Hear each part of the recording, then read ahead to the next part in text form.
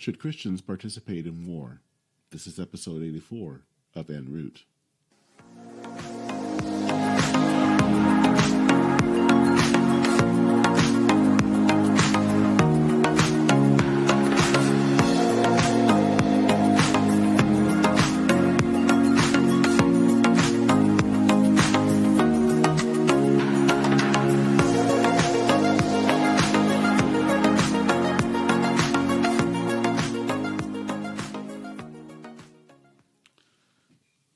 Well, hello and welcome to En Route. This is the podcast that is at the intersection of church and Maine. I'm Dennis Sanders, and I'm your host. The war in Ukraine has made people think again about the Christians and war. When is it possible for a Christian to take up arms? Are all wars okay, or are there some wars that are totally unjust? Within Christianity, there are basically two schools of thought that come into focus: pacifism and just war. Pacifism, of course, is practiced by the historic peace churches, Quakers, Mennonites, Church of the Brethren, and others. But it does have a strong presence within mainline Protestant denominations, so much so that while just war theory was at one time considered dominant within mainline churches and among theologians, it has receded over the years, as many progressive Christians believe that just war theory basically justifies any war. Is it time for a revival of the just war movement? Today I talk with H. David Baer. He's professor at Texas Lutheran University, where he teaches theology, philosophy, and ethics. He's also the author of the book Recovering Christian Realism, Just War Theory as a Political Ethic. He writes frequently about just war theory and how the work of peacemaking depends upon the responsible exercise of power. So, let's listen to David Baer.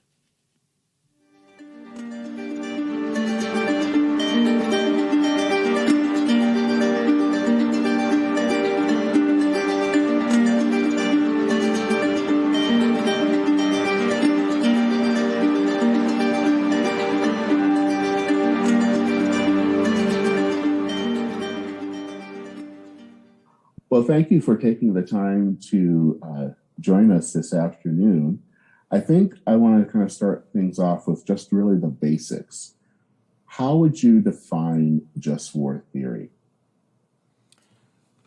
Okay, well, first of all, thanks for having me on your podcast. I think just war theory is the way I would define it is, we're talking about just war theory from a Christian perspective, so let's call it Christian just war theory.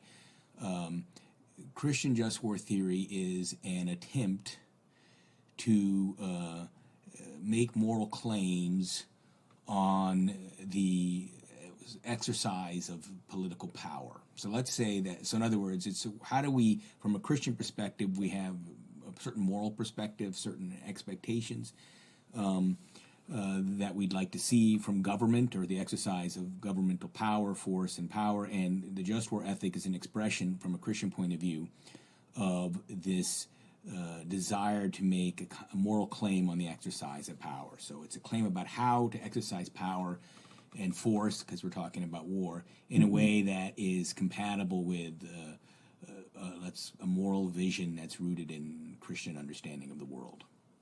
So. And what type of history do you think it has, especially within the Christian church? How has that, obviously going back centuries in its practice and belief? Yes, well, I thought you might ask me a question like that, I'm not a historian. Okay, when I do research. I'm historically informed, or I do a lot of kind of historical work, but I can't give you an informed historical, an expert opinion. But I think what we were talking about just war theory, in terms of the history of it, there are a lot of I don't know what we call them, tributaries into what today is just war theory. So obviously in the ancient classical world, there was a certain sort of theory of war, a kind of ancient classical, I'm thinking of Greek and Roman idea of just war. Romans had an idea of a just war. So that's one sort of contributory into this tradition. There is also in the Bible, in the Old Testament, there's a certain understanding of war. That's another tributary. Probably, I don't know so much about this, but when the Roman Empire, it comes to an end, and we start to have, we have the emergence of Europe, right? Or there were these Germanic tribes, and I think certain elements of the just war thinking actually come from these Germanic tribes. I don't know how much work's been done on that, but certain ideas of honor and oaths and stuff, I think, are so certain what we would call in bello requirements about how to wage war correctly. I think that there's a tradition there. And then, of course, you have the people who are thinking about war. Once you get to the Europe in the Middle Ages and or the late Roman period are Christians, so they're thinking about these questions of war from a Christian perspective. And then you have the Crusades in the Middle Ages. The Crusades is a kind of thinking about war, and then you get to the modern period, which I would think in some way emerges partly, at least as a rejection of some kind of the Crusade idea. And you start to get more developed reflection on the question of how to wage war morally or ethically. And then, of course, many of the people who reflect on this as we get into the modern period, I mean, they're Christian in a broad sense and maybe not theologians. So all of those things shape how to think about war, because war is something that has always happened, and so people have always thought about it. And so it would just be natural that people are thinking about it, and as society becomes Christian, and Christians are thinking about how to do war correctly or think about it in moral terms. So there's a kind of a complicated history. If you did the history and you did it well, you'd have to be very nuanced and notice that, this strand and that strand. So you can approach it historically, or you can approach it sort of theologically. So in other words, we're going to kind of short circuit the history. We want to be informed by the history, but we're going to do a sort of theological claim. And so theologically, I think the idea of just war, people who come from the just war tradition or represent that just war tradition are saying that, well, we have government. Government is instituted in some broad sense. It has a divine authorization. God, created the world in such a way that we have government. That government exercises power, and Christians want to speak to power and speak to the exercise of power and ensure that, or try to influence the exercise of power, so it's done in a way that's compatible with with what's morally right. So that's what the just war people are thinking. I think it's true that maybe in the now, so in the sort of last 40 years or 20 years, or maybe there is a sort of among the churches, there's either sympathy for pacifism or sort of just generally a critical idea about war, because obviously war brings a lot of destruction, devastation. I mean, it's bad. It's not something you want to have happen, and so there's a kind of rejection of war, and then so maybe just war theory gets criticized, or just war theorists get criticized as sort of endorsing war, when we Christians should be against war, since war is obviously bad, right? I mean, it is. It does all sorts of bad, has all sorts of bad things. I can keep from the just war person says, well, okay, we recognize that war is bad. We recognize these things, but we want to try to sort of tame it, or bring it under control and make it less bad, to mitigate the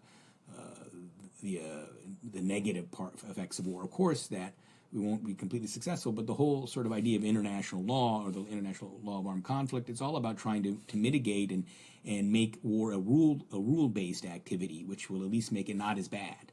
And that's essentially what just war, at least that's what just war theory is about, as I understand it. Is let's try to, as best we can, make war a less bad thing. But of course, it recognizes that there are going to be wars. That's true.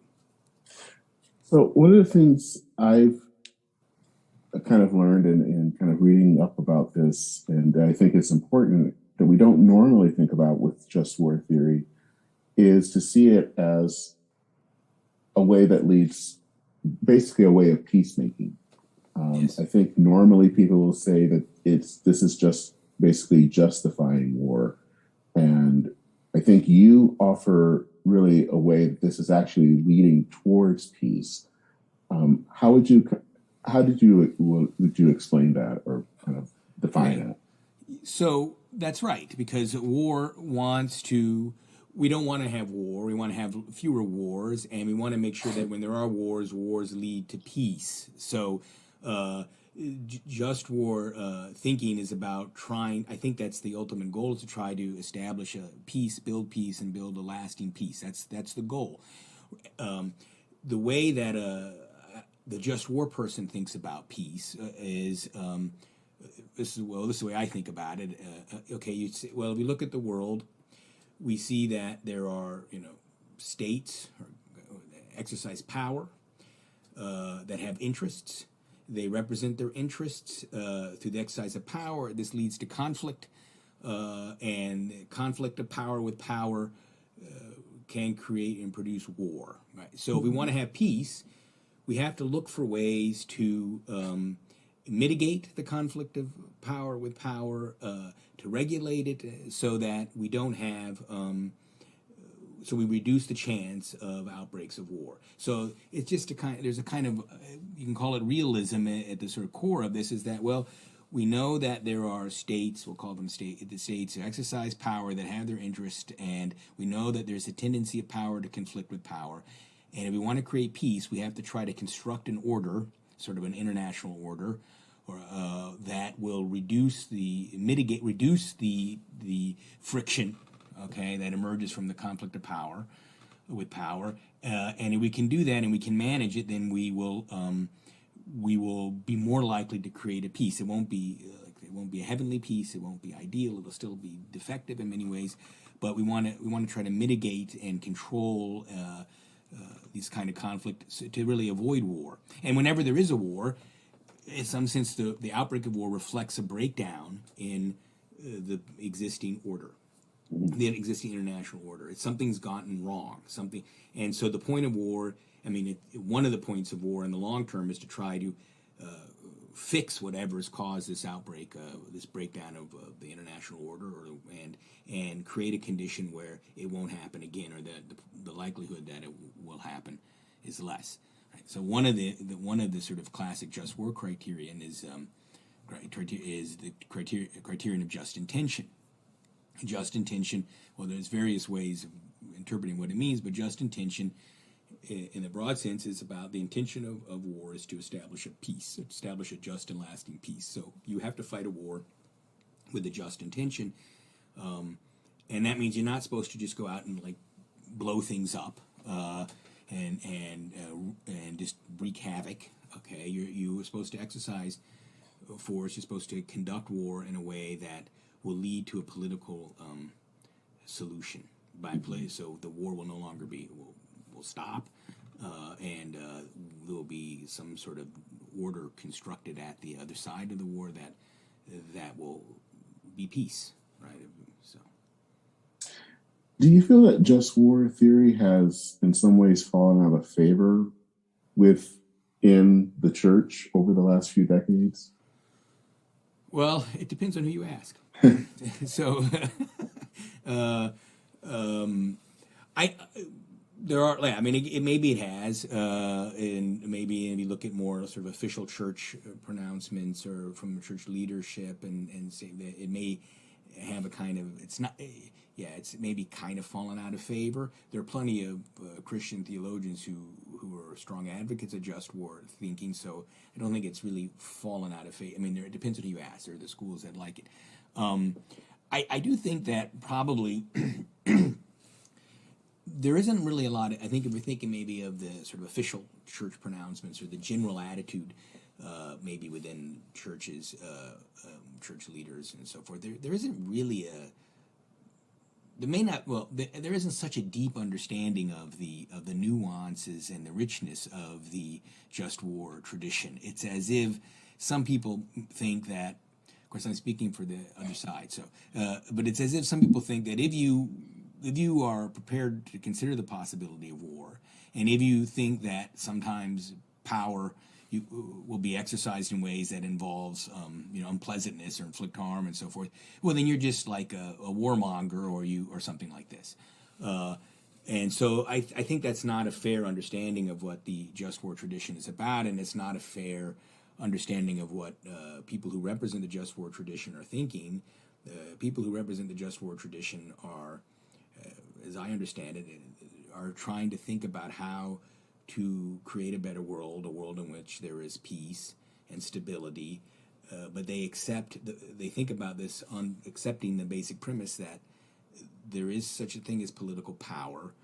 Political power exercises force. There are going to be conflicts of power, and we have to take all of these things into account when we think realistically about how we're going to create peace. Mm-hmm. And I think that's one of the things I find interesting is that whole concept of power. Mm-hmm. There seems to be a lot of maybe hesitancy when it comes to that word. Even though I think it's a fact of life. I mean, government by itself is always, I think, exerting some form of power. But there does seem to be some hesitancy. And I should say there, because of course, I'm using power in a narrow sense. I'm thinking of political power. So some political power at some level involves coercion, right? Or at least the threat or the possibility of coercion. I'm not talking about I'm not talking about every kind of power dynamic or power structures or informal kinds of power. I mean, there's power relations everywhere. So I'm not using power in that broader way that I think it's often used probably in churches and in conversation today. So we talk about social power and institutional power, all sorts of ways in which there are power dynamics. But I'm just talking about government here as from the framework of just war theory. I'm just talking about government, which has basically the power which at the root traces back to its ability to exercise coercion, right? Whether that's domestically, I mean, you got jails and police or whatever, or internationally because you have an army. So I'm talking about that kind of power. I recognize there are other kinds of power, but what just war theory is focused on is the exercise of political power, understood as government, the exercise of power by government. You had mentioned a little bit earlier, or used the word realism, which makes me think a lot about Christian realism and Reinhold Niebuhr. And I know that one of the criticisms against Niebuhr was that he was an apologist for war. I don't think that that's really the case. I think that there seems to be more of a reality, if reading some of his writings, of the awareness of evil in the world and how do you combat that and deal with that.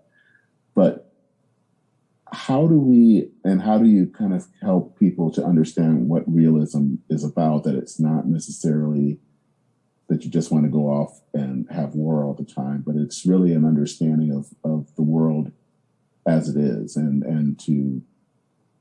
where does original sin fit in all of this? Yeah, so realism, of course, is a broad term, and it means different things to different people. And Reinhold Niebuhr is a Christian realist. I mean, I accept this term. I think Christian realism. But even if you were to ask people what does Christian realism mean, there's probably people would highlight different things. So I guess for me, so I'm just speaking for myself, the realism here is it is a kind of accepting sort of a hard-nosed facts that there are certain factors of human existence which are unpleasant and permanent. And you can say, there are various causes of that, but at some point, certainly Niebuhr would trace that back to, human sinfulness. So, and it could be, human sinfulness is various things, but it's a kind of, in this context, excessive preference for your own self-interests over others, let's say, and that kind of selfish advancing of interests is a feature of politics. It's a feature of politics domestically and also internationally, and that's just the human condition. So if we want to think about So I think that Christian realism accepts this, and Christian realists would say, well, it's if we want to think about the world in a way, we want to make the world a better place, we have to understand what the world is like, and it has this feature to it, among other features. It has this feature that there's this sort of permanent sinfulness, excessive self-interest, which leads to various kinds of conflict, and that's just a reality. We want to figure out how to make the world a better place, acknowledging this reality. Now, if someone says, well, that's not Christian, I mean, someone might say, well, you can talk that way, but, we have Jesus' teachings, and we should follow Jesus' teachings, turn the other cheek, and love our enemies, and so on. So that one argument, well, when you start talking like a realist, someone would say, well, you're not really talking like a Christian anymore, you're just talking like a political scientist or a politician, but Christians should be following Jesus, and Jesus' teachings are basically nonviolent. So, of course, then the counter argument. Well, then we have to say, well, what was Jesus' teachings? We were going to have an argument about what Jesus' teachings were and how they were intended and what circumstances they were meant to be applied. But of course, the other sort of theological response to this kind of argument, this pacifist argument, is, well, but the Bible there clearly are warrants for government and government's exercise of power in the Bible. So it's clear. So the claim of the just war person, or I guess we call it the Christian realist, the theological claim is that, well, God has provided that there be government. So somehow this is part of God's providential care for human community. That's what the Bible says, and the reason why government is sort of God has provided for this institution, not that God established. It's not talking about like a divine right of kings where God said, okay, you get to be the government, but that there is government is part of the way in which God provides for us, because we live in political communities, and political communities have government, and government exercises power and sometimes force as for the well-being of human beings. And this is the traditional theological view. This was certainly the view of Luther and Calvin. It was the view of the sort of dominant thinkers in the Christian tradition. Said God established or ordained or instituted government for the benefit of human beings, and among the task of government is to provide or preserve peace. And it preserves peace through the exercise of political power and sometimes use of force, because we live in a world where people are self-interested and sinful, and if we don't have a government that does this, we would have anarchy. So, I mean, at some point it just boils down to how you see the world, I guess. Mm-hmm. So, do you see, especially in light of current issues and current problems, kind of a newfound interest in learning more about just war theory? Has the war in Ukraine really made people rethink some of their ethics? I don't know. So you suggested that just war theory has a kind of bad name, and pacifism more prominent. My impression is, and I could be wrong about this, because I only talk to my like-minded friends, but my impression is that pacifism is not quite so, is falling a little bit out of fashion. I don't know if that's true, but I do kind of get the sense that, I do have that sense that, I guess one way I can explain this, and this is just very subjective, but, I teach, right? And I always teach a little bit about pacifism, so usually have some just war and pacifism. And the students, at least the ones I'm teaching, I don't ever really encounter these pacifist leanings. And of course, I'm in Texas. But I remember to have, when I first started teaching 20 years ago, it seemed like the students were more sympathetic to pacifism than they are now. So that's not really evidence of very much, but that's some sort of impression I have. But it does seem to me that, I don't know how you look at, say, the situation in Ukraine, right? This Russian invasion of Ukraine, and not think that the only way to prevent, you have to meet force with force. The pacifism would be, let's just roll over and let the Russians come in and subjugate the Ukrainians. So there are certain kinds of very clear-cut cases of aggression and which seem to sort of force the issue where someone says, wait a minute, I mean, here war is justified. Of course, when you have government exercising power and wars that are more questionable, right? So then you have the Iraq War, which was highly criticized, and then people say, well, look, and there were certainly just war theorists who said this war was justified. Then, of course, people will say, well, look, war is bad, and and that puts, I guess, just war thinking in a bad light. And then when you have these kinds of cases like the Russian invasion of Ukraine, or we take the Hitler example, then of course it puts just war thinking in good light. So, it sort of depends, I guess, on what the most recent war has been, on maybe the fortunes of just war thinking versus pacifism. I don't know. And do you think that there's a sense of, especially with, I always had kind of the rise of what I would call kind of near pacifism, is kind of a sense that there's a loss of perspective, or loss of seeing kind of the way that the world is operating, in their belief of that all war is bad, and you really just war is basically just excusing going to war. Yeah, maybe the pacifists partly are they're idealistic, perhaps, Mm-hmm. and they I mean, because it would be better if we didn't have wars, so maybe they're idealistic, and maybe they're focused on sort of historical examples where power has been misused or war has been inappropriate, and they say, well, look at them, the United States and we're in America, we look at what our United States government has done, and say, well, this was a bad war and that was a bad war. So they may be reacting to sort of political, they may be motivated from political criticisms of certain parts of U.S. foreign policy in the past, Mm-hmm. and a kind of idealism. That would be my guess. I don't think that pacifism, well, okay, I mean biased here, right? But I don't think that pacifism has very strong warrants. I mean, there are places in the Bible that warrant it, but there's issues have been discussed and forever, thousands of years, and I don't think the arguments for pacifism are very so compelling. So I mean, but of course I'm sure get some pacifists will tell me that I'm wrong.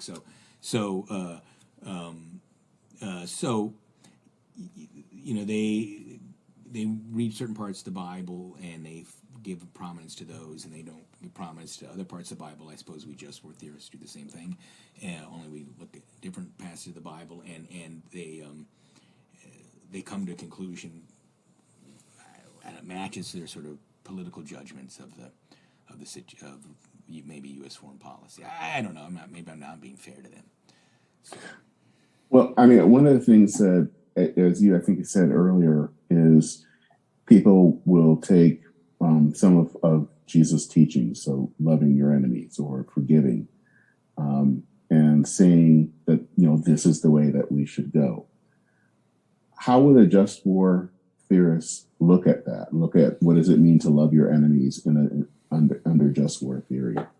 Well, okay, so the pacifists do have that. I mean, they got a few arguments on their side. So they got the they got the argument of Jesus says, "Do not resist evil and love your enemies." So that sounds kind of pacifist, right? Do not resist evil and love your enemies.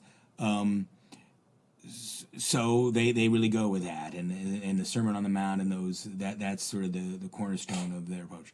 If you're a just war person, there are various ways, I think, in the tradition to try to handle or address that passage, basically.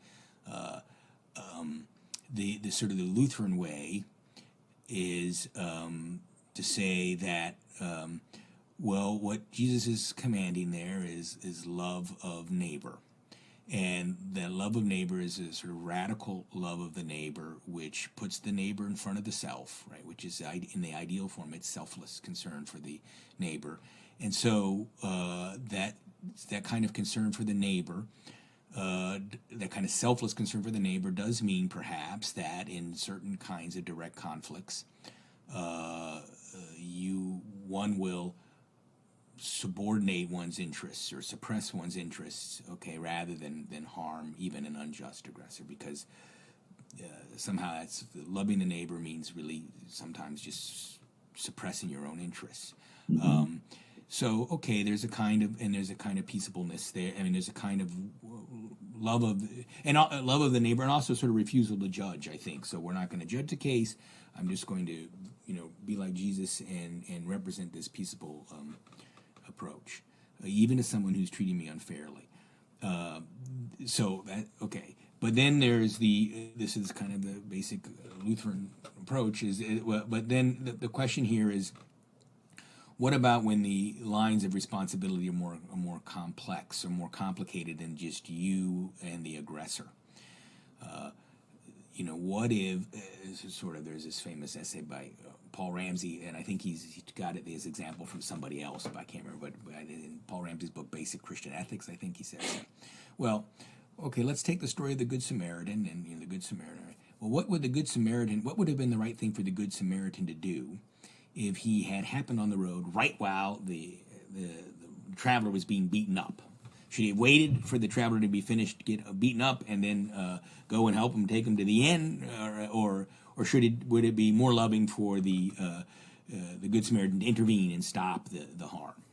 So the argument here is that, well, loving the neighbor in certain complex and tragic circumstances, because we live in a world tainted by sin, the way one expresses love for the neighbor in situations of conflict can be by protecting them. And what government has been instituted by God precisely to do that, to protect people from sin or from harmful behaviors coming from bad guys or bad.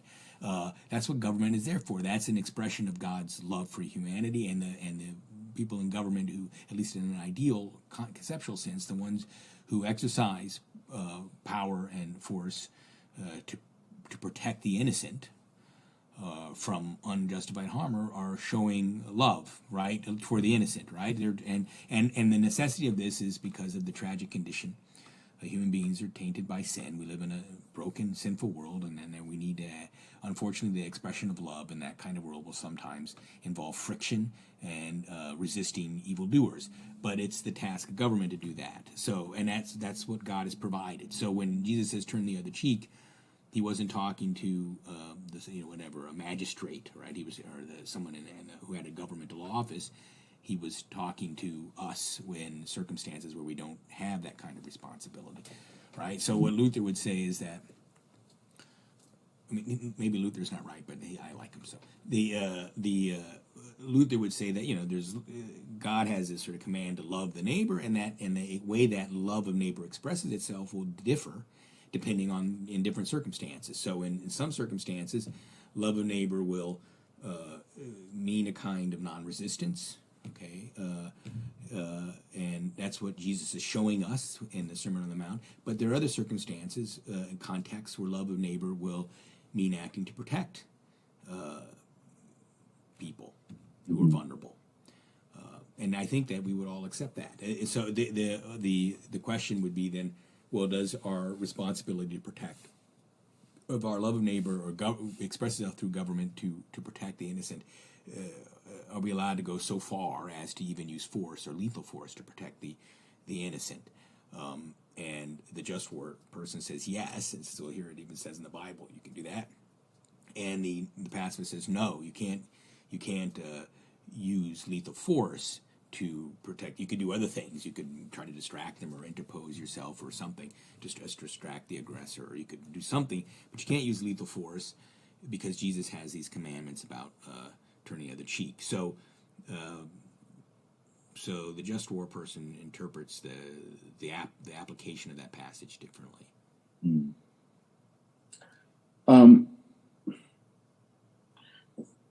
The advent of what's happening in Ukraine has also really brought back the kind of specter of nuclear weapons.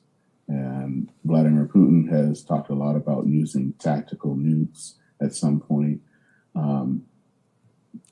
basically as a threat. But where do those type of weapons fit in any type of just war theory? All right, so I'm not, I can't really. So the issue of I'm not going to be able to answer your question very well. Okay, so Okay. this issue of nuclear deterrence was discussed a lot, right, during the Cold War, and there's a lot of literature on it. I haven't really thought about it since it wasn't really. I read these things, but I haven't thought through it very carefully because it really hasn't been a sort of a living question, right, since the end of the Cold War, which is, when I've done most of my work on just war theory. So I'm not. I mean, it's clear that the issue of nuclear weapons is complicated because these are weapons that would be inherently indiscriminate, right? So the just war theory says, okay, fine, you're going to exercise force to protect the innocent, but you have to exercise force in a way that discriminates between combatants and non-combatants. Okay, you have to always exercise war in a way that is discriminate, because that's essentially what you're doing if you're really exercising power in accordance with love, right? So you're not going to go if you wage war to protect the innocent, you're not going to go and kill a bunch of innocent people, right? You're not going to target civilian objects. You're not going to blow up apartment complexes and just sort of kill, shoot up people in cars and so forth, because they aren't combatants, they're just innocent people. And if you're waging war in a way that's on behalf of justice, right, and on behalf of the innocent, you're not going to turn around and act unjustly, right? I mean, and of course there's some gray area because there can be collateral damage, there can be accidents. I mean, it's not it's not that there aren't some issues, but the basic principle is you have to exercise force discriminately, which means that you only apply force to counterforce. You don't just sort of target civilians and civilian centers and non-military objects or non-military objectives. So the issue with the nuclear weapons is that it would seem to be inherently indiscriminate. I mean, you can't drop an atomic bomb, in a way that doesn't just blow up, so much that you're just deliberately killing innocent people. So it seems to be an immoral weapon, right? And so then the argument and if it's an immoral weapon, you can't use it.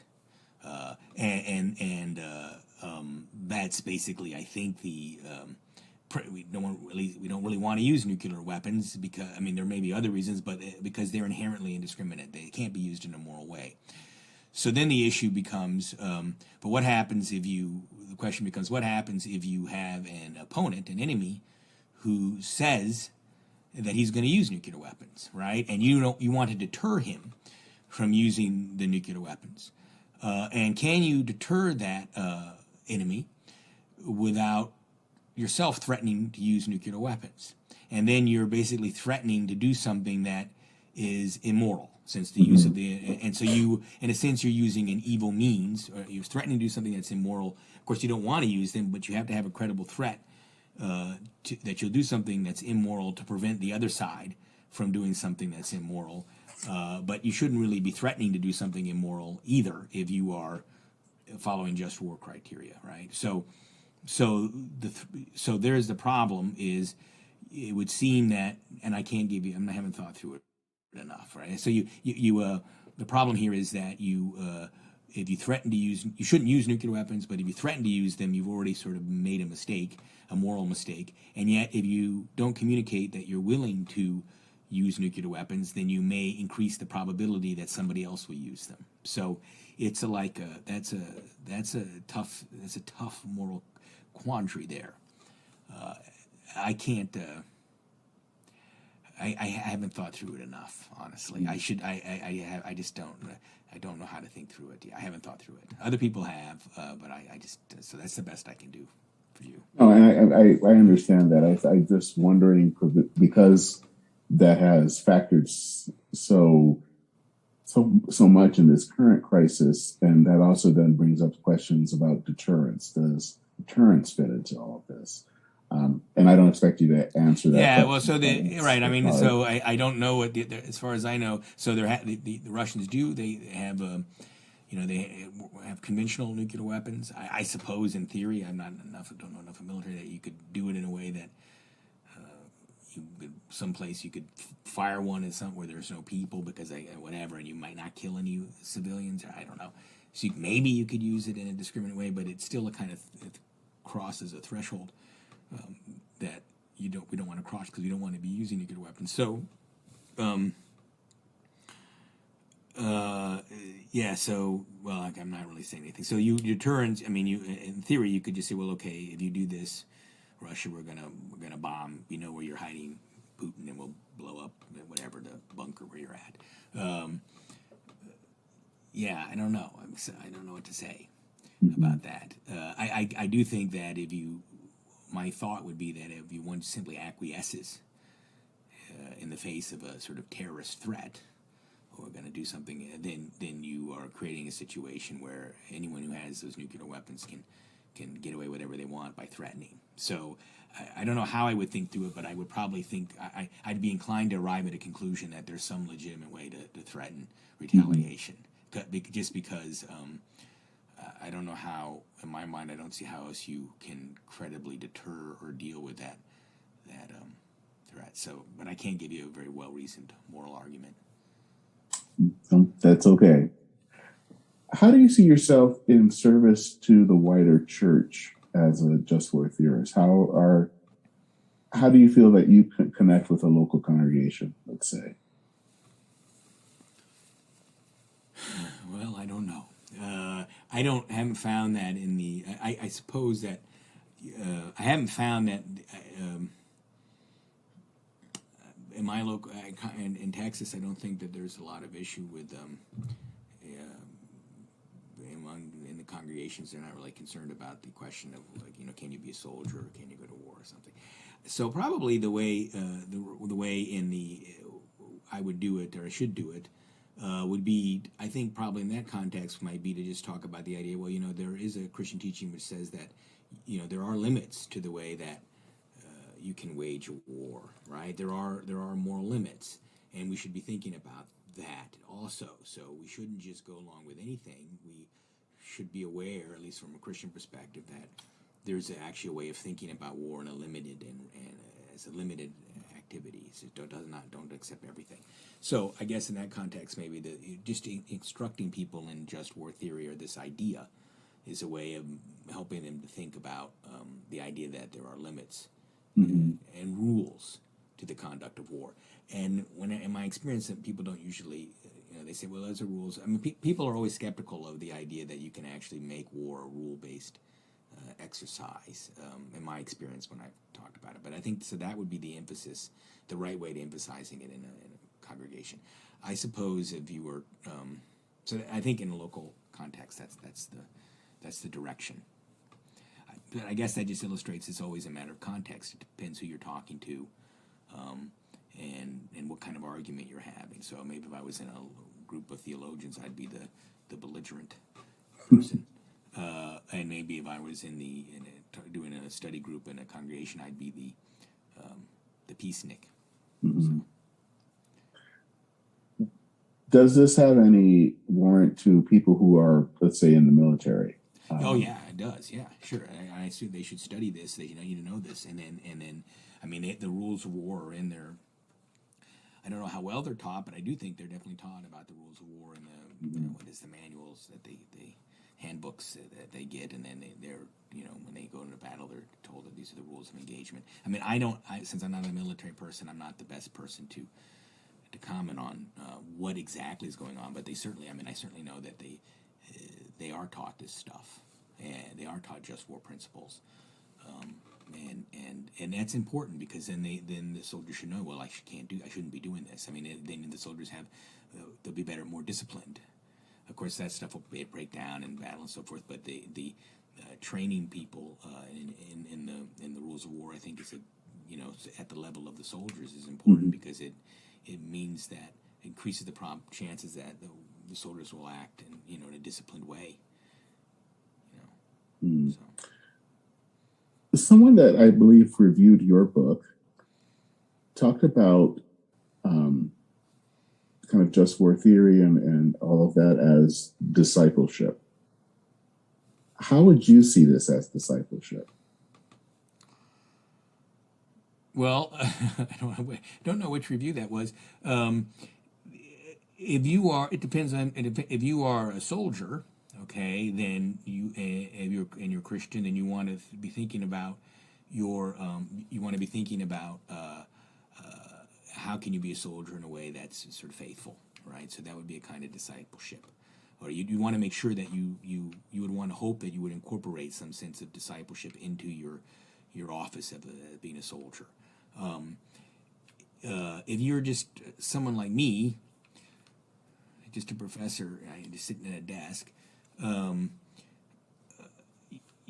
I suppose it doesn't, I'm making arguments. So and when we're talking about international affairs or something, maybe I'll make an argument about what, this is okay or this is wrong. So maybe that's a kind of discipleship. It's more like speaking in public based on my understanding of what the truth is. It doesn't really appear in my personal life, right? Because I'm not really in a position where I have to choose. I personally don't confront those kinds of decisions, right? That a soldier would confront, right? I'm not a policymaker, so all I can, from my point, from where I am, it's only just making sort of arguments as a sort of, I guess you could say, public intellectual or something. But otherwise, I don't think that just war principles. And pacifists are going to think this just shows something wrong with me. I don't think that just war principles shape my daily life or something like that, because the questions don't present themselves to me, right? So I suppose if you're a pacifist, you might say, well, no, my peaceableness is part of my path of discipleship, and it manifests itself in everything I do, because I try to be peaceable in my dealings with people or something like that. And okay, maybe they're true, but most of us, unless we're soldiers or unless we're policymakers, don't have to make decisions about the issues that are the focus of just war theory. Mm-hmm. We just argue about. We can argue about policy. Mm-hmm. I think it's interesting in one of your writings from, I think, 2005. One of the things that it talks about the role of power of government is to be is justice and order. Yeah. And if you don't have that, what you end up with is chaos. And mm-hmm. It seems to me that one sense of discipleship is a sense of justice. And it may not necessarily be the way that maybe someone who's more of a pacifist sees justice, but it's some sense of a right relationship. Yes. So for me, that's you're good. That's better than me. So for me, I guess I'm thinking that maybe that's kind of vocation. So for me, so you might have a vocation. You want to advocate for justice. Mm-hmm. You want to point out when things are not just. You want to, domestically too. There's a political order. There's a kind of arrangement, but you want it to be more just. And you should speak out on behalf of and criticize what you think is unjust and make your argument. So that's a kind of. To me, that's like a kind of a vocation. I mean, I've done that on other things. I criticize, I do a bunch of stuff on Hungary, and I criticize their church law. They discriminate against religious groups, and so and I'm critical, and that comes out of some sense of justice, and maybe that's a kind of vocation. I'm in a position where I can do that. But so when I think of discipleship, I think more of a personal. You're sort of, I don't really use this language, but your daily walk,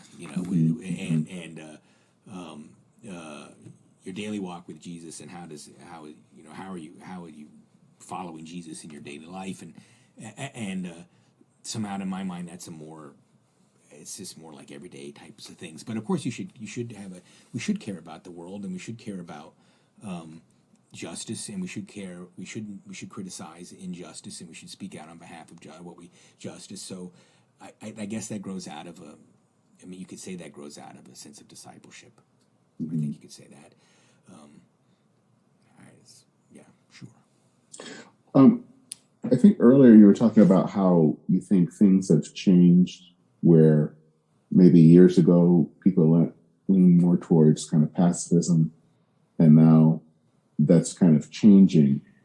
Do you think that, especially now, as some people say that we're seeing kind of a resumption or a starting over of a new Cold War, that this will bring about more questions of more of when to use force instead of maybe what was 30 years ago when people just kind of categorically said force is bad? Just can't. Well, I would guess that, for now, yes, I would think that this war in Ukraine I mean, it's such a blatant case of aggression and injustice that it will put just war thinking, make it a little more popular. Of course, who knows what will happen in the long run? I mean, that's just a temporary. Who knows what the trend will be in the next 20 years or whatever. So there could be something else that turns that around and say, well, we should be more pacifist because it could be some mistake, right? I would think that that's just my impression that pacifism is kind of not as popular as it used to be, but something could change. I mean, the United States could invade some country and unjustly, and then people would say, well, we need, then pacifists would come back in fashion. So I don't know. I don't have a prediction, but I guess maybe people will, the conversation will change in some way. I think, yeah, I would think so. Do you think that just war also allows people to look at, let's say, a military action and really think about, is this necessary or is it not necessary?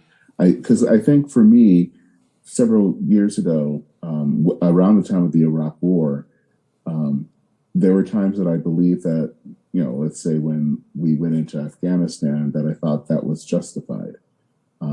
A lot of the criteria leading up to the Iraq War, to me, didn't seem to make a right thing of justification. So I didn't support that. But it wasn't because I was a pacifist. It was because I didn't think this was the right way of going to war. Can this at least help people maybe look at any type of use of force and really kind of think through, is this the right way to be using force? Yes, I think yes. I mean, it because it provides a sort of a framework and a vocabulary for posing questions about any sort of military intervention or war, right? So it helps you. It ought to. I mean, and it could do that in congregations too. It ought to teach you to think about, or teach one or people to think about, well, what is our intention? Is this a just intention? I mean, obviously, just cause. Everyone sort of intuitively gets that, but what's the cause? Is there a just cause? Is there a just intention? And do we have a reasonable probability of success? Are we waging a policy or war that's likely to produce a better state of affairs, lead to a more peaceful world, or are we, is that a plausible? Is that what we're doing? How successful will we be in achieving that objective? So, and then, in terms of how you wage, is the conduct of war. I mean, are we waging the war in a way that follows the just war criteria for how you wage war, the practice of war? And if you're in a situation where you can't wage war according to the laws of war, then you probably shouldn't be fighting that war, because you can only fight it in ways that violate the laws of war. Right. If you don't, it gets a little tricky, but even when we're thinking about the so-called war on terrorism, which is now sort of not so prevalent anymore, but I mean, you could think about, well, all right, so we have drone strikes. Okay, are these drone strikes? Are they really following these criteria, the just war, and so forth? So it's a way. It would be a language and a framework for learning how to think about and debate these kinds of questions, and it's helpful for anybody. I mean, people might still disagree a little bit about, well, yes, there's a just intention, or yes, this is a discriminate use of force or not. But even if they disagree within the context of this common language, or they're asking the same questions, that should enhance the quality of debate. So yeah, I think that just war theory, I totally think that it's a helpful framework. And it's a good way to talk about these issues and express our judgments, and that's a useful service it provides for, or can provide for, public deliberation about the use of force. Kind of wrapping this up, one question I have is, what is your hope for the church in the coming years, especially as we're dealing with these questions concerning conflict? Well, my hope for in relation to this, I would hope that the churches and the Lutheran Church would show more interest in its own history, its own theological traditions and legacy, and not always dismiss it as if it were mistaken. So Luther gets a bad rap half the time for his. Supposedly he was an authoritarian, and supposedly he was against all rebellion, and supposedly he said sort of excessive, which he did, of course, say things excessively. And so we're just not going to, or Luther's idea of orders and the two kingdoms is all bad. It's somehow related to Hitler. And so we're just not going to, we just have to sort of leave it behind or at least downplay it, right? Or soft pedal it. And I think so this would be just for Lutherans, if Lutherans actually spend a little time more carefully looking at their own tradition, they would discover that it's not so simple, so not so simplistic as it's described, that there are all sorts of resources there for thinking. I mean, it doesn't mean we're just going to go repeat and whatever Luther said, but Luther's much more thoughtful and subtle than these sort of simplistic caricatures of the Lutheran tradition, and we don't need to be ashamed of that. So if it were... so that's what I would like, is in this question, is if we could just not be so, we could just spend more time understanding our own tradition. I mean, that doesn't mean that everything's right in our tradition, or that other people don't have things to say, but we could understand it and pull out what's best in it, and draw on it to make intelligent contributions to public debate, public discourse. And I think that a lot of times, I just don't think there's evidence of a very deep appreciation of our own tradition in the Lutheran Church, for example. Yeah. Well, I want to thank you for taking the time to chat with me today, Professor Baer. I think that these are important issues, especially right now, and really I think that a lot of these issues, you really have to do some thinking about them, but it's not always the easy answer. And I think sometimes, in many cases, either way, sometimes we think that the answer is very simple, and it's not. And I think discipleship is not easy. So thank you for the time to take for taking the time to talk to me today. All right. Well, thanks for having me. I'm going to sneak in here at the last minute. I'm going to have a plug for my own podcast. Yes, it's not as well produced as your podcast, and it's monthly. And so, but I have a podcast called Baer Talk, with spelled like my name, Baer, not like the animal, Baer Talk, where I talk about different things related to faith and public affairs and so forth. So if anybody thought this was an interesting conversation and wanted to check out my own podcast, you can find it on all the podcasts, Spotify, iTunes, etc. So I'm just going to sneak that in at the end. But anyway, thanks for having me, and I appreciate it. I enjoyed the conversation. All right.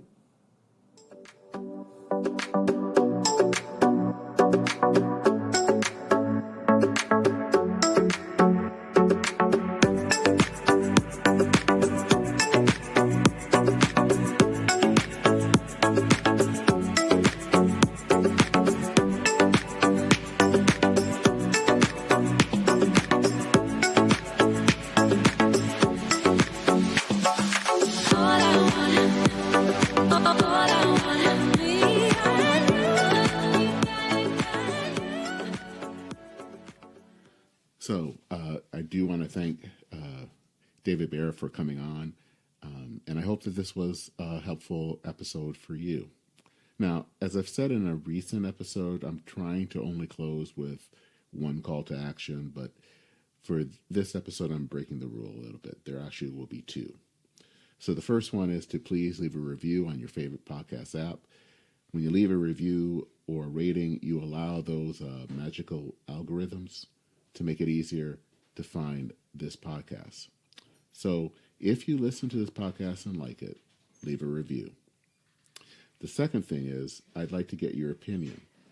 I'm trying to find out if the name of this podcast, En Route, continues to work as a podcast that is focused on religion.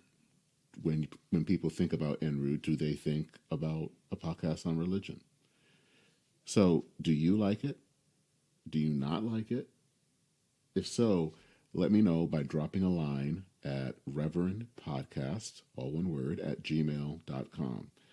It's really important for me to find out if this is a good name for the podcast or if I need to consider changing it. So please, please, please let me know. Well, that is it for this episode of En Route, the podcast that is at the intersection of church and Maine. I'm Dennis Sanders, your host. Thank you so much for listening. Take care, Godspeed, and we will see you soon.